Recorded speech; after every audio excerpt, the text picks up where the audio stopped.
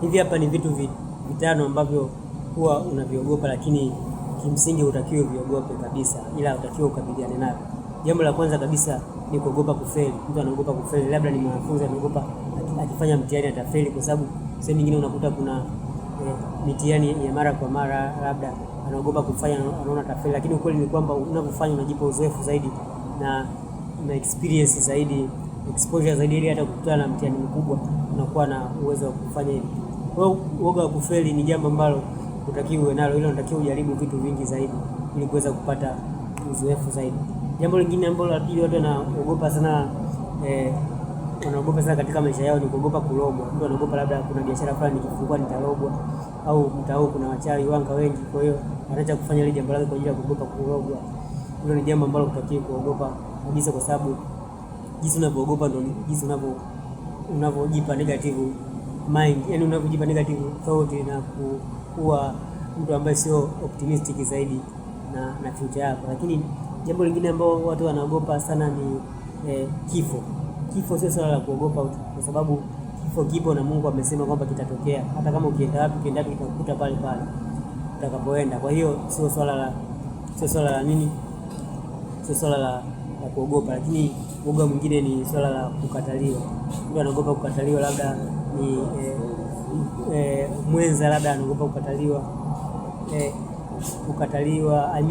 kwenye usaili. Labda mtu anataka kwenda kufanya usaili, anaogopa kukataliwa kwenye ule usaili, au anataka aende akope mkopo sehemu, au akamwazime mtu hela kwa ajili ya mtaji, anaogopa kukataliwa kama nikifika nitakataliwa. Lakini ukweli ni kwamba hata ukienda unaweza usikataliwe kabisa. Kuna kitabu fulani na kushauri ukisome, kinaelezea 1000 rejection, yani mtu aliona ajaribu kukataliwa mara 1000, anaenda kujaribu mambo mbalimbali ili akataliwe, lakini mwisho wa siku ni kwamba jinsi anavyoenda ndo anazidi kukubaliwa tu. Yani anapokataliwa ni machache tofauti na alivyotarajia. Kwa hiyo kukataliwa pia sio swala la kuogopa. Lakini swala lingine ambalo watu wamekuwa wakiogopa ni hili swala la kuachwa. Mtu anaogopa kuachwa, labda katika ndoa, labda kuachwa na mwenza wake. Watu wanaogopa sana swala la kuachwa, lakini ukweli ni kwamba vile you become what you think most of the time. Kama unafikiria sana jambo fulani, huenda likakutokea lile.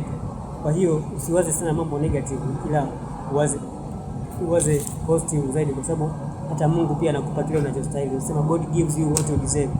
Kwa hiyo ukiwa unafikiria mambo ya negative zaidi, unajikuta unaenda huko kwenye mambo ya negative. Kwa hiyo ni vizuri kuwa optimistic for the future. Kwa hiyo haya ni mambo machache ambayo huwa unaogopa, lakini hutakiwi kuyaogopa. Na kama wewe haya mambo huyaogopi, basi ukiwa endelee hivyo hivyo, usiogope na uweze kukabiliana nayo kwa haraka. Na bonus tip ya leo ni kwamba hata AI pia usiogope kwamba labda itachukua kazi za watu. Kweli ni kwamba AI itarahisisha kazi za watu, kama tunavyoona AI inaweza ikarahisisha. Mfano sisi ambao tuko kwenye YouTube, AI inaweza kufanyia vitu kibao, wewe ukao umekaa tu kufanyia vitu kwa muda mfupi sana, tofauti na kama ungetumia nguvu nyingi. Kwa hiyo AI badala ya kureplace zile kazi za watu ambao tunatarajia, AI tunaitreat ili iweze kuturahisishia masuala yetu mbalimbali na ufanisi zaidi na vile ambavyo sisi tulikuwa